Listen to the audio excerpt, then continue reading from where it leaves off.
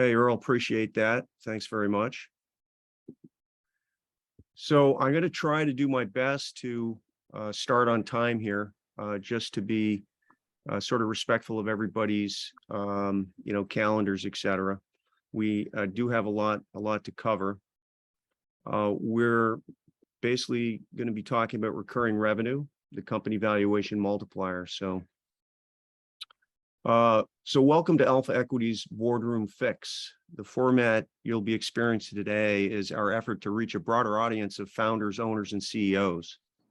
And I'm dubbing the Boardroom Fix as the unscripted, unrehearsed, real people talking experience designed to help company owners unlock scalable growth, company value, and get strategic buyers and investors lined up at your door. Welcome.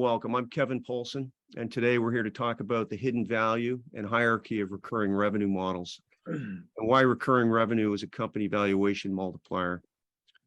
We're going to discuss the dramatic impact recurring revenue can have on company valuation and why investors and acquirers are willing to pay a premium for businesses that have it. But best of all, we're going to hear firsthand stories from courageous CEOs who've successfully converted their business to 100% recurring revenue, and from owners who are at varying stages. So some are actively in the process of building recurring revenue, and we're going to hear from Rob Salafia today, who's just getting started, and he's in the planning stages.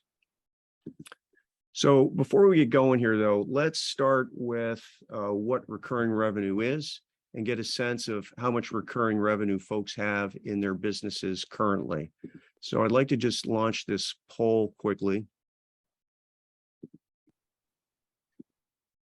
And can everybody see that poll okay? Yeah. All right, so we'll just give folks a minute here just to weigh in. In the meantime, let me, just sort of mention that recurring revenue, right? We're defining that as subscription or maintenance contracts or annuity streams.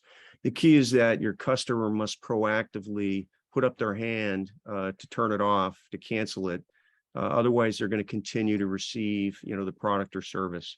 And so it does not include repeat or regular customers, regardless of how sticky, they may be.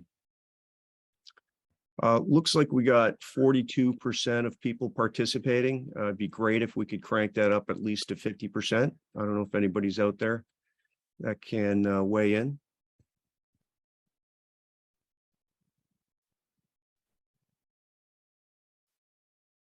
All right, well, we'll keep rolling here. Thanks very much for folks that have weighed in on that. So I want to start things off with a real story. Bear with me. This poll appears to be, there we go. So I want to start things off with a real story to show in real terms the effect of the valuation multiplier. So let me introduce Michael Delman from Beyond Booksmart. Michael Delman, I'm the CEO of a company called Beyond Booksmart, which teaches people how to be more effective in managing their executive function skills. When I met Kevin a couple of years ago now, we weren't really thinking about scalability in a formal sense. We just knew we wanted to grow.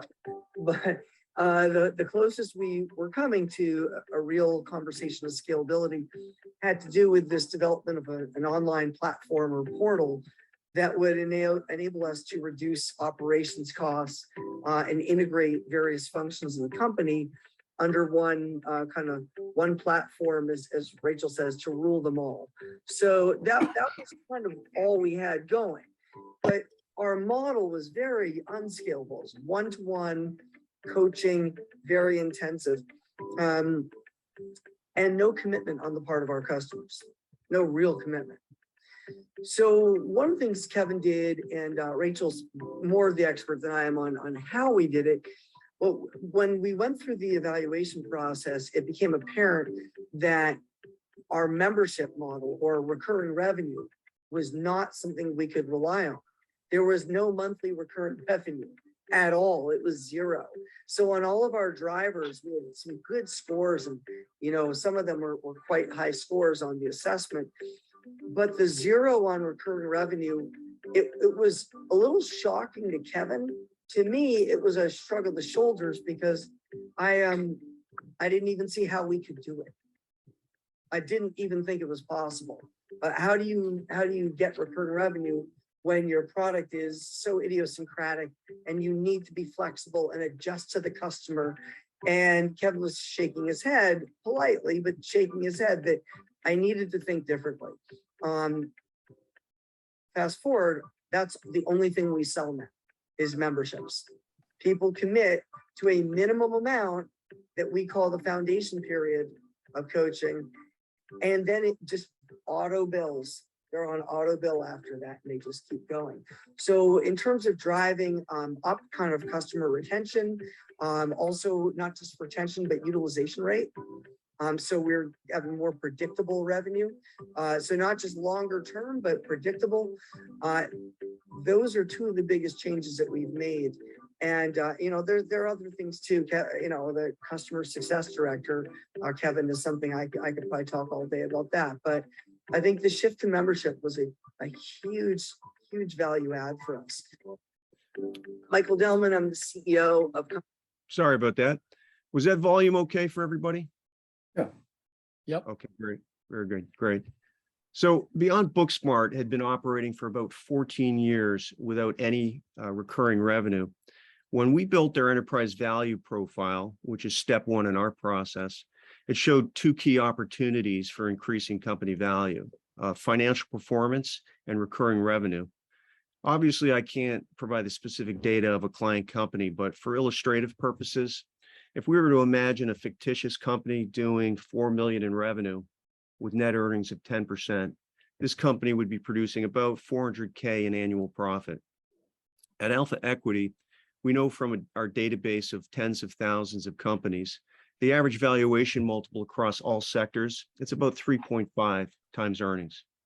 Just to make the math easy, if we were to push that valuation multiple for this fictitious company to 4, this company would be valued at 4 times 400,000, or about 1.6 million. As mentioned, when we met the ownership at Beyond Booksmart, they had zero recurring revenue, which therefore placed them squarely in the 3.5 times earnings valuation camp. Now, for reasons that we'll get into in more depth, a recurring revenue business is valued based on a multiple of annual recurring revenue, ARR, as opposed to earnings. So let's take a look at what that means. Like this slide that you're looking at now of a privately held recurring revenue company shows a valuation methodology that arrives at a 3.5 times revenue multiple. It has some detail here, which we won't go into, but the bottom line is 3.5 times ARR. Now, thinking about our fictitious company, if it was converted to a recurring revenue model, their valuation would be based on a multiple of revenue instead of earnings. And we would conservatively value that company between 12 and 14 million instead of 1.6. This is the kind of valuation multiplier that can be achieved by converting to a recurring revenue business. And this demonstrates the increase in company value realized by Beyond Booksmart, a multiplier conservatively on the order of about 8x. I'd also suggest, anybody that's interested in learning more about the many other value drivers affecting company value, to read Beyond Booksmart's full case study that's entitled "Discovering a Pathway to Scalability," one CEO's journey.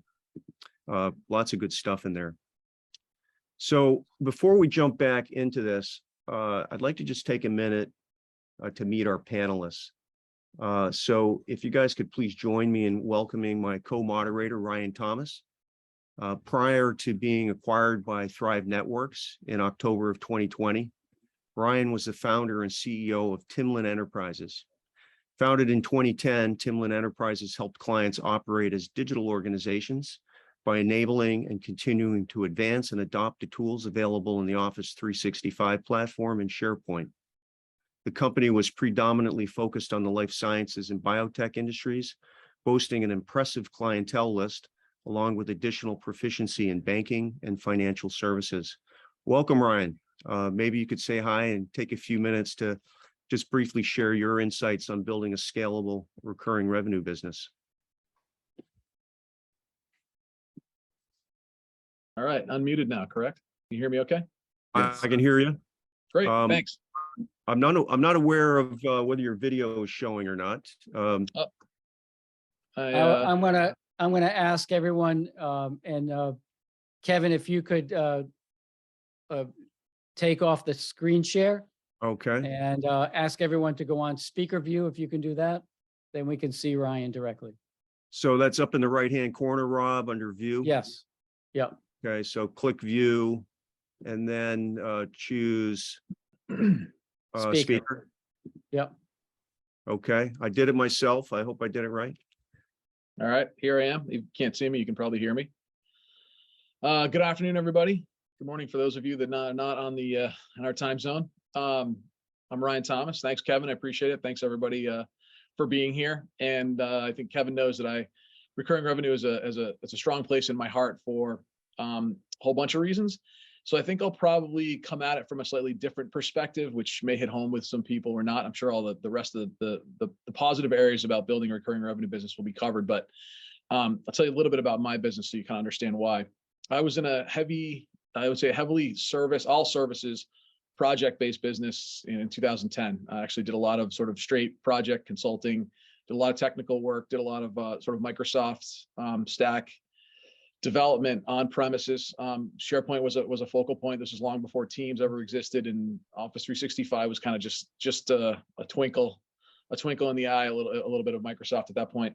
And what I found was and there was no real option for recurring revenue. It wasn't even a thought. Like there's nobody was doing it. There's nothing you could even conceive to be a possible outcome, which I'm sure plenty of people that are attending this panel, they'll probably see their business in the same way. How do I find those opportunities? So what happened to me was business was going pretty well. And then in 2015, it's called the cloud revolution, when Microsoft and everybody else started really pushing hard to move everything to the cloud. At that point, I was a very on-premise based supplier of services, if you know what I mean. So these were larger companies that could afford, 6-7 figure implementations of custom software, custom servers, kind of back in the old days type stuff. And when they moved to the cloud, they weren't really doing a bunch of development at first. They were moving stuff, and we were not infrastructure people. And so I saw my business eroding like really quickly. And along the lines, I was having a call with a customer, and we'd done some work for them, and somebody on their side kind of messed something up, so I had to have somebody come in and fix it. It's happened a couple times. The guy got the bill, and he was like, "What are you doing? Like, send me the bill." And I literally got off the phone, and I did the classic. I said, there has got to be a better way.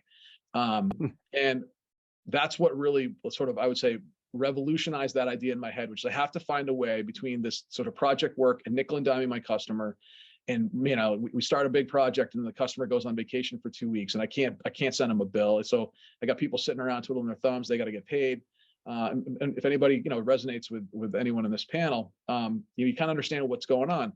And so I thought, okay, this cloud migration opportunity is a really good time to retool our business and figure out how can I find a way to kind of do some steady ongoing work that the customer needs on a regular basis. And as you know, like if we did projects, we would implement certain, let's call it pieces of software. We would adjust it. We would support it. We would do lots of different things. And so, you look at that and say, that might be really hard to convert. What we found was you look at a whole bunch of repeatable opportunities that we would perform at each customer on an ongoing basis. We'd always do discovery. We would do road mapping. We would do planning. We would do governance and strategy. There's a whole bunch of repeatable tests. Plus we could take on the support of the applications that we built. And eventually we'd take on the support of the whole platform because we were better at managing the platform than the customer was. We also went down, I would say down market in our customer base, because now we had a lot of opportunities for customers that weren't buying 6 and 7 figure pieces of software. But maybe they had 100 or 200 seats, and they were willing to spend $15,000 or $20,000 a month on sort of really good service and support around this platform. That was very different, and even $4,000 or $5,000 a month. Those would never have been my customers kind of previously. So I guess my point is, on top of all the other reasons why you'd want to do this, you know, it obviously makes your company more valuable because it makes your company better. And I know why it makes your company better, because it allowed my company to grow. And that's really why you're getting the value. It's the safety, security, and the opportunities for your net new business to be additive instead of just trying to replace the business you lost last year. And those are the big reasons why I got into it. And I'm sure we'll get into it more, and I'll give some anecdotes about selling my business and dealing with private equity and what they see as valuable and all that kind of good stuff. But that's my foray into it, Kevin. Excellent. That was great. Boy, you really caught my ear when you talked about your business eroding, because you know you work so hard to increase it and grow it, but you hit a situation where things actually start to erode, and boy, that's a panicking situation. So, anyways, thanks for that. I'm going to go back to share screen if you guys will bear with.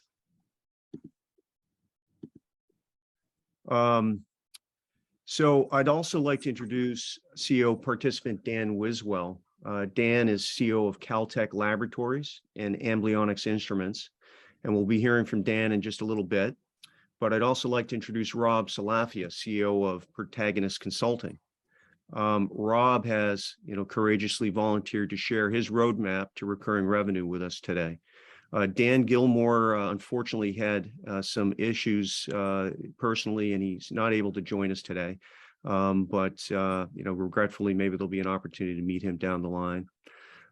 We're going to dig into this deeper, but let me take a minute to put a little context on the broader subject for those folks that aren't familiar with AlphaEquity.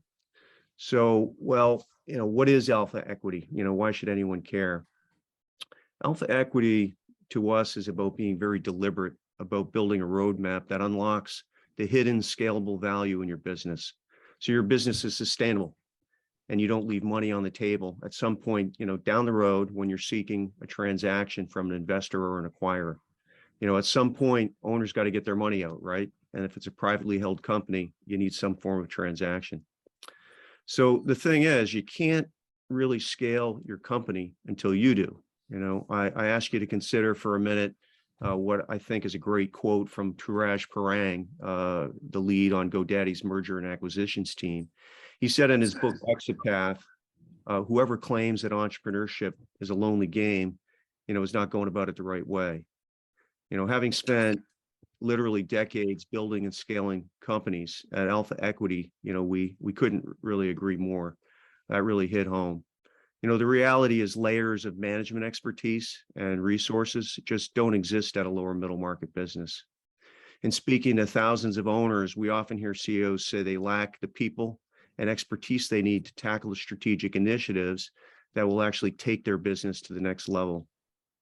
In fact, we recently did an AlphaEquity poll, and 85% of respondents claimed this is always or sometimes the case. We're trying to change that at AlphaEquity. We provide a proven support framework for owners, founders, and CEOs designed to help unlock scalable growth, company value, and interest by strategic buyers and investors. In fact, we're proud to say that AlphaEquity is the first community platform backed by a 90-day pay-for-performance guarantee for accelerating the value of your business. Or guess what? You don't pay anything. Within 30 days, we promise to identify AlphaEquity, and as part of a 90-day action plan, begin to implement changes that will accelerate your valuation timeline. The net, we help to architect scalable companies positioned to be strategically attractive to investors and acquirers with a proven framework for securing premium transaction outcomes. So let me kind of have you think about it this way.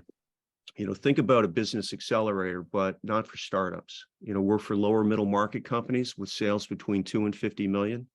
Or companies that expect to be in that range, at least, in the next 12 to 18 months.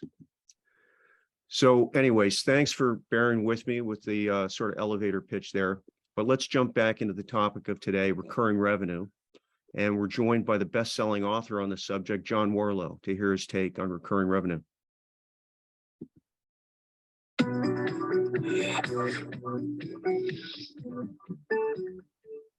So we know that recurring revenue will make your business more valuable.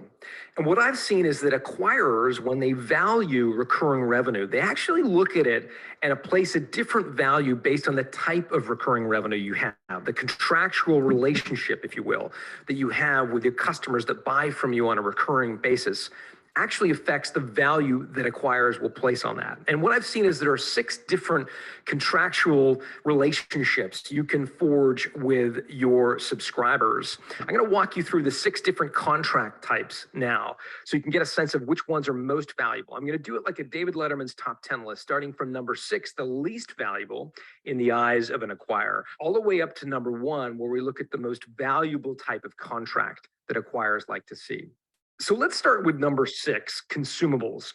A consumables recurring revenue model simply states that the subscriber or the customer buys from you on some sort of regular cadence because they run out of whatever you sell. So a classic example of that would be coffee. So coffee addicts, of which I am one, have to replenish their caffeine high, usually once a morning, maybe once in the afternoon. Certainly that's my schedule. And as a result of that, we are likely to buy coffee on a regular basis. There's a Starbucks at the end of our street. I happen to go to Starbucks at the end of our street pretty regularly, typically once in the morning, typically once in the afternoon. There's nothing tying me to Starbucks. I could go to one of the other competing coffee shops. It just so happens that I tend to go to Starbucks every morning. And so that is a consumable because I'm running out of whatever it is Starbucks sells. Now, moving up the ladder in terms of more valuable form of recurring revenue is what we call sunk money consumables. And staying with the coffee theme, the best example I can give you is the Nespresso coffee maker, where customers make a purchase in a piece of hardware. They buy the physical coffee maker, the George Clooney advertised coffee maker, and it makes them much more likely to buy the capsules from Nespresso. Now, interestingly, Nestle, the owner of Nespresso, is a smart company. They make the machines, the coffee makers, available through a variety of different distribution channels, right? So you can get them at a big box retailer, you can get them online. What they don't do is make the capsules available so widely, because what Nestle wants is the platform, the coffee maker, distributed as widely as possible, but they want the recurring revenue of the capsules. And so the only place you can go buy the capsules is through an Nespresso branded retail store or online at Nespresso.com, because again, their value in this business model is in the recurring revenue. Moving up the ladder in terms of contract types, and the most valuable in the eyes of an acquirer is a subscription. So we've all subscribed. If you've subscribed to a magazine in your life, you know what the subscription model looks like. Typically there's a start date, but there's also an end date to your typical subscription where you've got to make the re-up decision. Number 3 on the form of recurring revenue contract types is what we call sunk money subscriptions. Now, this is a kind of a mashup of two ideas we've already talked about. Sunk money, meaning the customer makes an investment in a platform and then they buy on subscription. A good example of that would be the Bloomberg terminal, where Wall Street traders buy the physical hardware that sits on their desk. So they've sunk money into a platform. And then they buy Bloomberg's information on a recurring basis. And so they're much stickier as subscribers, because if they're going to give up their subscription to Bloomberg, this big piece of hardware that's sitting on their desk is no longer valuable. So it makes them even stickier and therefore more valuable in the eyes of an acquirer. Number 2 on this list of contract types is what we call auto renewal subscriptions. Now, this is very similar to number 4, subscriptions. The only difference is that they auto renew. There is no formal re-up date in the future. These are much more valuable forms of subscriptions to acquirers because there is no end date, and therefore the revenue goes on into the future until the customer cancels. Good example of that would be any software you bought in the last few years is typically on a recurring evergreen model. In the kind of offline world, you might look at someone like an Iron Mountain, who will store documents for you. And they don't call you up every month and say, would you like us to continue to store the documents? They just store the documents for you on a forever basis. You have to either call them and tell them to ship them back or shred them. Otherwise, they're going to bill you and continue to store your documents. That's an auto renewal subscription. Now, the most valuable form of subscription in the eyes of an acquirer is a multi-year contract, where the contract stipulates that the customer must continue to buy from you. So for example, when most wireless carriers launched the iPhone was such a desirable product, so much hype in the marketplace about this brand new phone with all these new features. There was so much hype that the wireless providers, AT&T Mobility in the United States, forced their customers into a 3-year contract that they couldn't get out of because they knew that customers would be willing to buy that, and they knew that their stock price in return would be based on its contract value.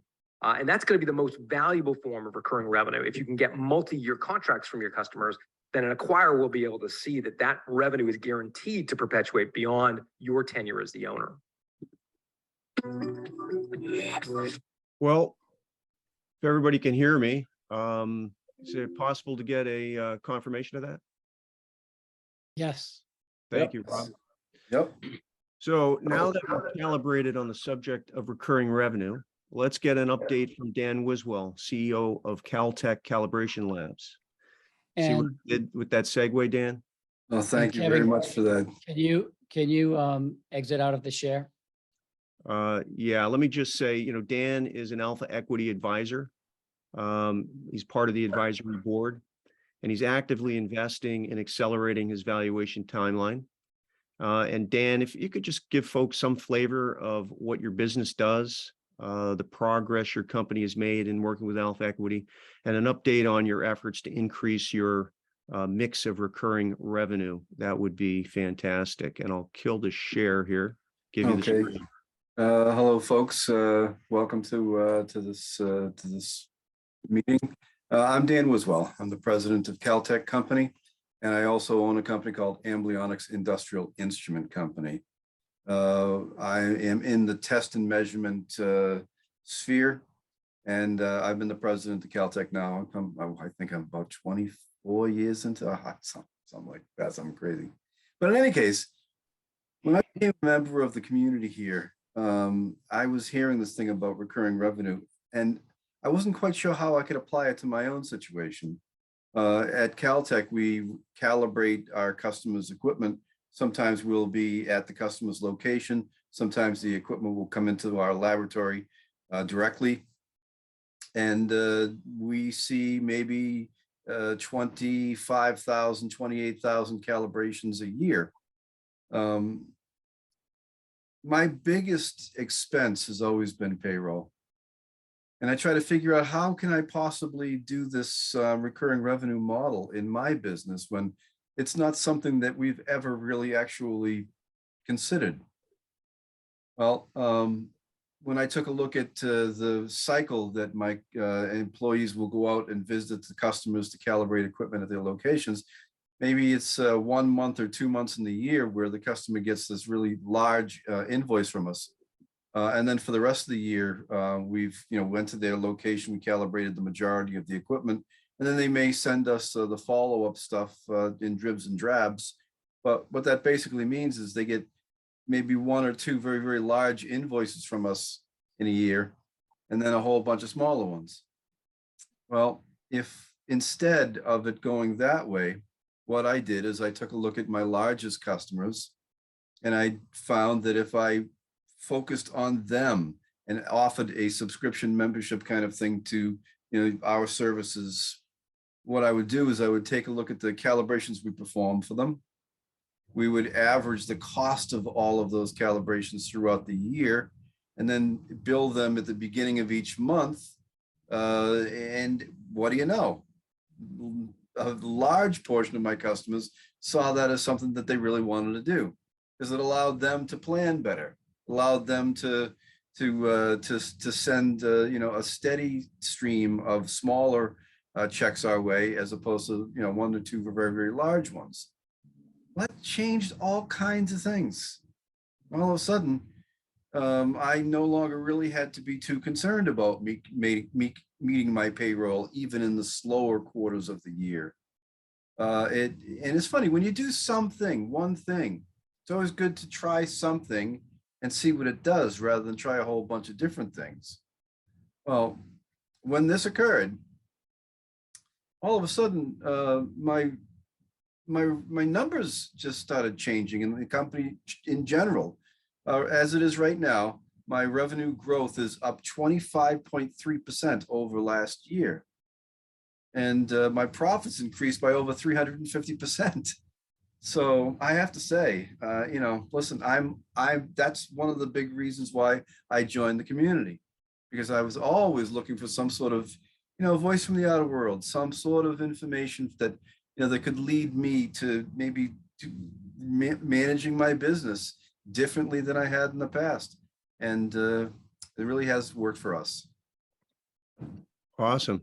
Thank you for that, Dan. Next up, I'm excited to introduce Rob Salafia, CEO of Protagonist Consulting. Rob is participating in the AlphaEquity program, but he's in the planning stages of just how to introduce recurring revenue into his business.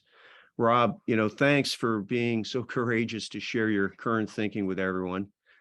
Please give folks an idea of your current business and then share your work with AlphaEquity and your effort to transition to recurring revenue, if you would, be so kind. Absolutely. Thanks, Kevin. And just, I have a little friend here that I'm having to babysit for. So welcome to say hi to Bella. Bella, cute. Yep. And so, but thanks everyone. I'm in a very similar business than the first video that you had talked about, Kevin. I'm an executive coach and I'm a facilitator of transformational leadership programs. And so I'm really a one-person shop. I've had my company now for 9 years. Before that, I was a top sales executive in a boutique training company, doing business with companies like Harvard Business School, MIT, Sloan School of Management, American Express, Merrill Lynch, very large organizations. But before that, I was, in my key differentiator, a performing artist. So I was an accomplished tap dancer. I was a rope and wire walker. You can see from the things in my background of my office here that there's a lot of skill sets that I work with. And my current focus is that I take those skill sets that actors train on and performing artists train on to connect and communicate with their audience. I bring those to business leaders now to help them improve their presence, connect authentically with others, and create momentum behind their ideas with storytelling, narrative structures, and things like that. These are some of the core skills that senior leaders that are important for them when they step into those more senior roles. The thing that constraint, so what I've always been known for in my relationships with my clients is deep relationships. Because I remember when I left the organization I was in, were just about to be sold to a private equity firm. And they had reduced a lot of their programming to pretty much standard models. And so they weren't doing much customization work. And so how was I going to differentiate myself? It was to do more custom work and less cookie cutter, more dedicated engagements, and things that had very powerful impact. And this is what I became known for and what clients appreciated about in me. But what I realized that there was a top end to this. There's a long sales cycle. It's program by program sales and payments 30, 45, sometimes 60 days to be able to get those payments. If I had to work on a master services agreement, it's going to take even longer. And so, and it's a function of scale. I can reach a certain point of the calendar. I'm only selling time at this point. And so this is when I started to think, similar to what Ryan had said, there has to be a better way. The thing I was trying to solve for is how can I, at the same time as scaling my business, bring quality that I was known for, transformation, if you will. And so working with Kevin, we really started to hone in on, and I've been doing some research with my current clients, is that there's certain levels of the business that people, there are three major levels that large organizations, when they look at developing talent, focus in on. The top level is the executive level.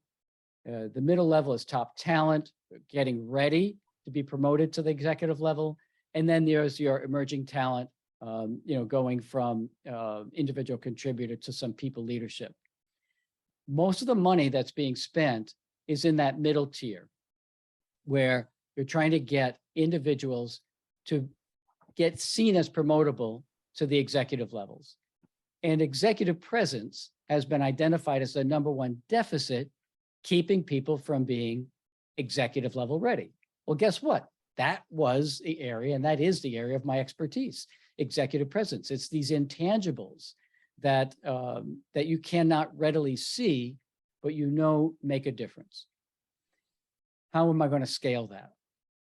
Well, we came up with this idea of looking at, once we identified the area of focus, what's the target group that I'm really going after? And that's that rising talent group. Now, if I do executive coaching, I'm focused in at the top level, the executive level, the C-suite and the senior leaders, the vice president level. I get pulled once in a while to work with early careers, people at that emerging talent. But by and large, by choosing this area of getting people executive level ready, this top talent, that is the area where most of the attention in talent development goes to. And so the idea was to create a subscription model that would be, that would offer a number of different things. And so the three things, so this idea of stepping up to the leadership stage, again, using the theater metaphor that I'm known for as a key differentiator, but also getting people executive level ready. We called the program, the product, effortless executive presence. This idea of a desired future state. It's going to take effort to get there, but once you get there, it becomes effortless. So this is an area that this is the desired outcome of the people that are in this group. For individuals, if they want to sign up for this, let's say they go through, they're a coaching client of mine, but they want to sign up for something, it's $600 annually or $63 a month. For corporate membership, and this is really where I'm headed, is corporate subscriptions, where they buy into an unlimited user model. So this is $3,085 a month if they were to sign in that way, or a subscription of $30,000 one-time payment per year for unlimited users. They would get monthly masterclasses. This is a webinar that is utilizing theater techniques. This would be I think either a 60-minute or a 90-minute webinar. They would get access to a book club. This would be live conversations with the author. That would be me. And then also, and this has been proven in learning theory, that reminders, nudges, getting people to remember to put behavioral experiments into practice, weekly video nudges that would be delivered to individuals' email directly on a weekly basis. I already have a number of companies that are right on the edge of signing up for these. They're looking for something to keep the conversation going. What the good news is that an individual can choose to attend these series of events, and I call them mindset activators. These are things to help move the conversation forward. And then if they're looking for executive coaching, they would get that out of their line of business would pay for that. Or if they're looking to go to what I have as my 90-day accelerator program, which is a virtual program with an e-learning component. These are live virtual sessions where they can actually delve into more skill building. So it's a combination of skill building and awareness building. Now, if I look at this and I look forward and saying, what is my optimal goal? My goal is that within, let's say, 2 years to get 25 companies signed up at that corporate subscription rate. And then I think the business would be building from there. Kevin, any thoughts or questions on this? Well, thanks very much for the overview. I think that, first of all, I want to invite folks to obviously send any questions they may have in through the chat by all means. But, Great overview, Rob. I think an appreciation for, the business you've built over the past number of years and how reputable your brand is among some very large corporations. And it's just very interesting to kind of see the transition and the pivot to, like, how the heck do you take that brand and turn it into something that, allows you to maybe spend a little bit more time on an island beach somewhere and still keep the revenue coming in, Kevin, to one comment, when I watched the video of the top 10 list of most valuable recurring revenue models, the one that I think, and this is just an insight I just had, is once a company comes in for a year and they find value in the product, my job is to make sure that they find value in it. But then the second year, rather than just do it every year and have it be that they have to sign up for it again, to do a 3-year contract. And I think if I can do that, if I can have that as one of my top goals, I think that goes right to the top of the list. Mm-hmm. Well, also worth mentioning, one of the advantages you have over Beyond Booksmart, for example, is, they historically have been a direct to end consumer, that they're coaching as opposed to the corporate client. So I think of your model, and I think much more of a company like BetterUp, which, that's a unicorn, scenario. Now, I know your goals are quite different, but, perhaps you're setting something up that would be a good acquisition target for a company like BetterUp, down the road. No, it would give them a unit for their business that would be a key differentiator. It would be different than what most of the coaches that standard sort of leadership development coaching or management coaching. This thing of executive presence takes a very particular skill set. Yeah. And, Beyond Booksmart sort of has that in common too. They've got a very sort of specialized focus, but they're like the masters at it. There's like nobody in the industry doing the job that they are. So they're also potentially an acquisition target for a platform company like a BetterUp. Right. Well, I just wanted to open it up to the panel. Anybody else have any questions or comments for Rob?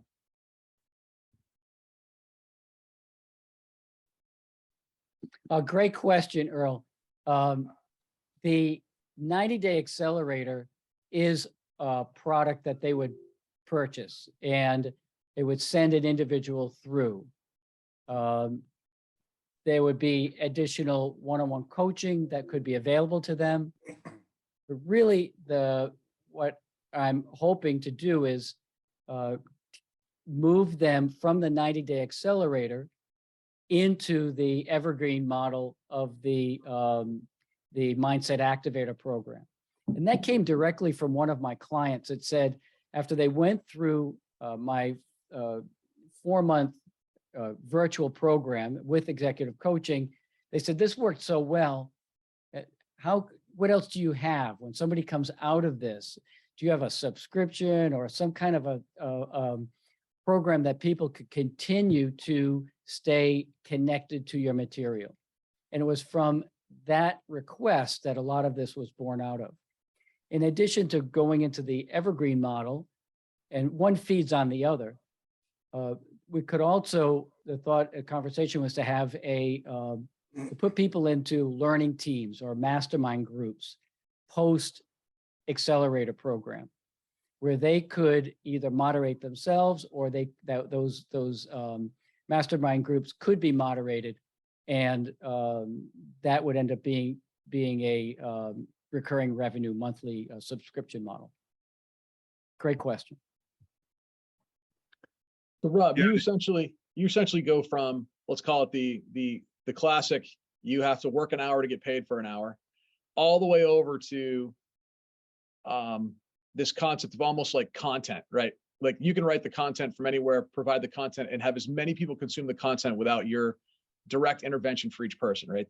Let's call it the holy grail of recurring revenue, right? But build it once or create it once and sell it to many over and over and over again. and I'm always the, let's call it the person that tries to poke holes and stuff, right? But that's just because Sure. of my nature. Describe to me how the experience for your customer changes over those different scenarios, though, because it's very different to get your time to talk to you, to have your assistants, to run ideas by you, versus I get to look at the stuff that you write to me. Explain to me kind of that transition, how that's going, how that will go, that kind of stuff. So that's a great question, Ryan. So the most important thing that you identified is people they get magnetized to me. My approach, my sort of like the way I bring the material to life, how I coach people. So the webinars really is to get people to connect with me. Those are live webinars. I'm going to use a theater-based approach so that there's more like a platform where people come on. I can invite people into it. I can have almost an interview. I can do live coaching. It gets them connected to me, discussing key issues about getting promoted to the executive levels. There's also a book club that people can attend, that we can talk about the book that I wrote and sort of the application of the concepts in the book. And then also there's those video nudges. The same time, the thought I had the other day was coming out of the webinars and saying, if anyone would like to take a per month, and again, the topics of the webinars will change month to month, and they'll change over the course of the year. The format will not change. So that will allow, it'll be an easy, it won't be like creating from scratch. There'll be a model to follow. But then I'll offer people, if they want to take a deeper dive into it, I offer a workshop coming out of that and put a good price on that. And so if I can fill that, all of a sudden it's the membership club, if you will, if I call it, becomes a feeder for additional programming. The additional programming becomes a feeder for the revenue model. So they can have both, essentially, in a lot of ways. They can do both. They can do both. They can still get your time. And and I would say, and not to try to toot your horn, you can answer this, but what you just described actually sounds like better value, because and I don't even put any financial analysis on it. Better value to the customer, because an hour of your time or 2 hours of your time, although it's individual and specific, probably isn't as valuable as all the experience that you're laying out that they can consume. And a consultant can't deliver all of their information nearly, and even just talking to someone all the time versus the wealth of information that you're providing that they can go back and review. Certainly for coaching, right? There's a lot of data in there that they could consume over time and go back to it and review when they need it, that they don't get on a one-on-one. So there's a lot of value there too. Right. I have to, the key is to make sure that the experience that I do give them is really, it feels personalized. So it's something that they can act on, that they can create, and they can get feedback from, and then they can see. People love to see progress against goals, especially on the personal level. So if they can get motivated to see that progress against goals, they're going to like go, no, if I'm going to put my time, I'm going to put it here, because I know I'm going to reap big rewards from that activity. And then if they want one-on-one coaching, if they want, just a 2 hours of coaching time, or if they want to engage in a coaching engagement, they can do that as well. But I think what the key thing I needed to do was to create the right foundational structure.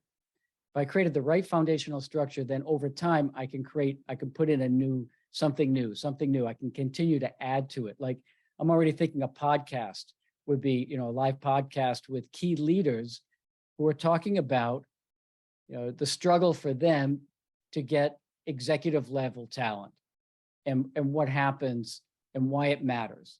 So then, in order to create some incentive there. Mm-hmm. So, it's going to continue to add pieces to it. I think a big part of it in coaching and advisory is, the one-on-one stuff is kind of the easier stuff. You get somebody like Rob that, has been doing this for a while. He's got the theater background. He captures your attention, and it's easy to learn from him, right? So there's a time where you have to begin to build up trust for the end user to feel like, well, look, I don't always have to have Rob in front of me. There's actually some great content that I can learn a lot from. but it's human nature, right? Think of the internet. There's all kinds of great content out there. First, you got to find it, right? And then you have to entrust that you can kind of learn yourself by tuning into this stuff, whether it's a podcast, whether it's some video content, or look, old-fashioned reading, right? In text form, it's there for the taking. But the big thing is changing people's behavior and patterns to earn their trust that you're a reliable resource for that. And so it's worth investing your time, to get it over here. But then that obviously helps to, push it down in terms of cost so that people can consume a lot more of it. Or you can actually reach a broader audience of folks. I mean, just to kind of flip back to Beyond Booksmart for a second, they started out and to some degree still are very much a boutique-y service that you would hire for your son or daughter in high school that's having some challenges with executive, function. And, historically, at least when they started, it was really the upper clientele that kind of could afford, their services. Mm-hmm. So, they're looking for the opportunity to kind of be able to go down market and reach a lot more people, help a lot more people, because, the company, was founded on that principle. It really is about, helping people with their executive function challenges. So when I think of what you're doing, Rob, that kind of rings to me as well. And, in a minute here, I actually wanted to just take a pause and kind of talk about this event here today and what that kind of means for AlphaEquity. I'm really trying to accomplish some of the same things, different mousetrap, but, our more intensive programs are both, time consuming and they cost some money. And, a CEO, founder, owner has to be in the right mindset to be ready to jump into the deep end of that pool. So with what we're trying to do here today with this boardroom fix concept is to change up a format that can give people an introduction to the framework, to the support framework that we offer here, but in a way that, one, it's not going to take them nearly as much time, right, to begin to tune in and get some flavor for the kind of things that we do here. And also, it doesn't have the high expense cost as well. Yeah, Kevin, and I think it's getting the conversation started, and very similar, it's building the mindset. And it's like Dan, you said it earlier, you're only in your own orbit. If you're only in your own orbit, then you're not seeing what else is out there. You're not getting new ideas. I mean, even from this call, I've already generate a few new ideas that I say, oh, that's really good. I think that could actually work. I like this idea of having a dashboard to feed back to the client, and that's something that's definitely part of the process that we want to offer. Is let's see what's the level of engagement, because doesn't that send a message of promotability? When someone says, here's an organization saying, hey, here's valuable content, take it, digest it, put it into action. And so if only 10% of the organization is taking up on it, or who is and who's not, that sends a big message. It sure does. Hey, folks, I'm going to just take a quick pause on this again, just kind of being sensitive of the time. Give me 2 seconds to just give people a sense of, what we're doing going forward. So, if you can see my slide, is that coming up okay? Yeah. Yes. So, again, what you're experiencing here today, it's a new format. It's designed to enable us to reach a broader audience of people with the introduction to the AlphaEquity framework. And I'd like to mention that we're looking to invite a limited number of folks to experience this offering free of charge in exchange for giving us feedback to help shape the offering. And in that spirit, I'd like to take a quick second to get your feedback if I could. I have one other poll here, and that will be the end of them. Bear with me here. Thank you, by the way, for your help on these polls, because, without the feedback, it doesn't go very far. My issue here is technical at the moment, so I apologize. So hopefully, is that launched for you guys? Yes. Yep. Yep. Yeah, so this will give me some feedback for how the session went for people today. And like I said, I chatted already how to get a hold of me. But if somebody's interested in coming to the next event, I'll just do that again.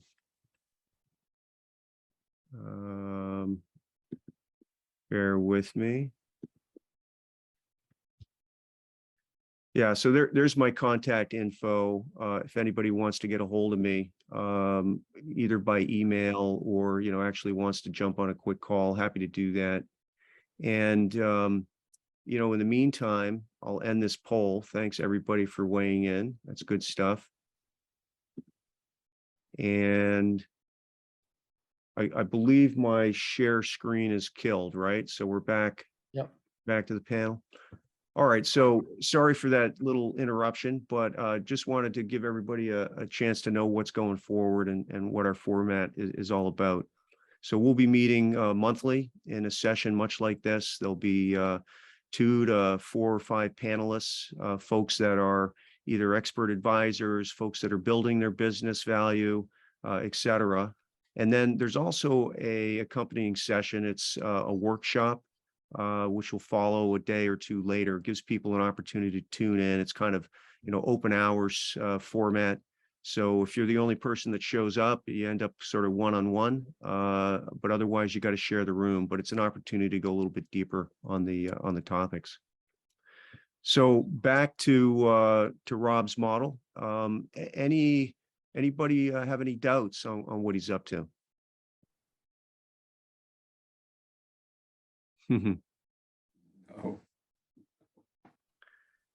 Oh, It's really. not easy. It's not. I will throw something in because it's funny. I came at it from a very different scenario, so I think it's worth it for Yep. people that are here to understand your business is unique. Whatever it is, even if it's the same as everybody else's, it's still unique, and you all have to kind of look at your own opportunities to find, let's call it, these products or services. So, Rob's, like I said, he's pursuing the Holy Grail, and I think that makes a lot of sense. That was not in the cards for me. It was more of a, how do I convert my ongoing services to, let's call it, fixed price ongoing services. So I still delivered time in exchange for dollars, but I needed to find a way to stop kind of doing the ebb and flow, the roller coaster of projects and trying to sell $2, $3, $4 million worth of projects every year and then have to sell 6 million next year to grow, knowing that some weren't always going to happen. And so I just converted like a service. It's almost like an electrician who says, all right, give me $100 a month and I'll just come fix whatever you need, kind of whenever you want. And then if this costs overrun, you pay a little extra, something like that. Not quite that simple, but you get the point. The person still showed up every month, did some work. And we just identified the things that we could do on an ongoing basis that the customer always needed, didn't want to have to get a statement of work for, go do paperwork. Sometimes they needed more time. Sometimes they needed less time, didn't want to get dinged. And I never worried about giving them some extra time because I knew there'd be a customer next month. And if they wanted more time, it's because they needed us and we were doing good stuff for them and they appreciated it. And there was an opportunity to charge them a little bit more next year. So, like I said, that's sort of my way, very different than Rob's way of taking a service and converting it to more of like the content platform stream, more looks for this high value wisdom, right? We didn't do that. And I'm sure your business has lots of opportunities to do things in your own way too. And I will reiterate or codify Rob's comment about contracts. So when you're just doing, hey, we do a project, then we leave, you probably don't care as much about your contracts. Some of you may, some of you don't. I was not great at mine. But when you get into a recurring revenue model, and then you think about using that to sell your business, you do want to have more ironclad contracts that have limited out clauses if possible. If you do try to sell your business, acquirers will dig at that immediately and consider it. They'll lower the value of your recurring revenue if it's easy for your customer to escape. I never believed in chaining my customer to me, which hurt me a little bit in my valuation. But what helped me was the very, very loyal customer base and all the good things they said about us when I sold my business. So I got away with it to a certain extent. Cost me a little bit, but not too much. What really would have made it valuable was nice 3-year juicy contracts with escalation clauses, with, only out clauses for cause, or, sort of, things that you couldn't rectify, put it that way. And that's where the better money would have been. So it's something for everybody here to think about moving forward. The sooner you can sort of get on that train and try to get there, the better. Good stuff, Ryan. You make me think Thanks, back Ryan. to my time in energy performance contracting, and same sort of deal. There was good reasons to be able to not move forward with a project, and and a bunch of reasons. So essentially, if they're trying to change horses, or move in a different direction, no, that's kind of not fair game. If your company falls down, if you're struggling on bad times, that's maybe a different reason. Hey, we got a few comments here in the chat. One is from Christian Fernandez, and he says content creation could be outsourced. I think his talent in the performing arts will make him a greater presenter. And he also commented that, or actually it was Lucy and Snow, content creation is not that easy. Any content delivery is also challenging. Different learning platforms offer different functionality. You've had some experience with learning platforms. Is that correct, Rob? Hang on. Yes, as a matter of fact, I'm exploring a lot of this, and I'm a continual learner. And I think if you can look at the quality of my video, I pay really strong attention to the quality of the experience. And so Zoom has been a fantastic platform for workshops and interactive exercises and interactivity. When I do a program, people always have their videos on. People leave wanting more. It's just my trademark. I make a great experience. When I go to the one-to-many model, which it goes beyond a workshop, I'll be moving to more of a webinar platform like Crowdcast. And the key is to really make it as interactive as possible. Make people feel like they're watching a well-designed show. You invite somebody up onto the stage, you call it fishbowl, where you actually can coach them in the moment. And that becomes engaging. So whatever it is, it has to be engaging, it has to be fluid, and it has to be drawing people in, always drawing people in. So I think the platforms are important. And going back to what you were talking about, Ryan, about understanding that I'm looking to grow my business. Hey, hang on just a minute. Yeah. Yeah, she's going over here. I'm gonna get her. Running away. I'm coming back. Now that is something that I probably would never do. I'm really sorry to do it in your event, Kevin, but walking away from the That's all right. My opening line is unrehearsed, and that's right. Whatever I said. So we're trying to make this real here. So one of the things that I'm trying to go against, and this a lot of coaches have this as an issue, is that they are the business. If they get sick, or if they walk away, their business doesn't live without them. That's really one of the things. So that's why I wrote the book. The book is a living something, and it makes a difference in people's lives. That's what they've told me, but it has to go beyond that as well. So if I'm going to create a model that is living and it keeps working, I need to find 1, 2, or 3 people that can also step in to the role with me. I have one person right now that I've done co-design work on this area of executive presence. He's intimately familiar with my approach. He could walk in and teach my programs tomorrow. So right there, and he's very excited about stepping in as a second with me. Mm-hmm. He's not built to build a business. He's looking for to be a facilitator for hire, but that's somebody that is a facilitator, who's also a coach. Now I'm looking for 1 or 2 other people, and I think 3 is a great number, that could also step in, augment. I'm also looking at things like, rather than just have a standard type of executive coach, to do more specialty coaching. So now I'm looking at people that I know in the industry, in the theater and performing arts industry, that are experts in their field of this area of executive presence, whether it's a voice coach, a movement coach, mindfulness meditation coach, whatever that is, that could add extra value. So then I need to be always thinking, what's that extra piece of value that I can offer to the organizations that I serve? To put under your brand Yep. and reputation. Hey, Christian Fernandez also asked this question. What do you think your biggest challenges will be as you scale? Well, that was one of them, which was how can I scale it just beyond me? Am I the only route that this can go through? And so no. So that's what I'm looking at. Creating. I have a team underneath me that I'll be developing into customer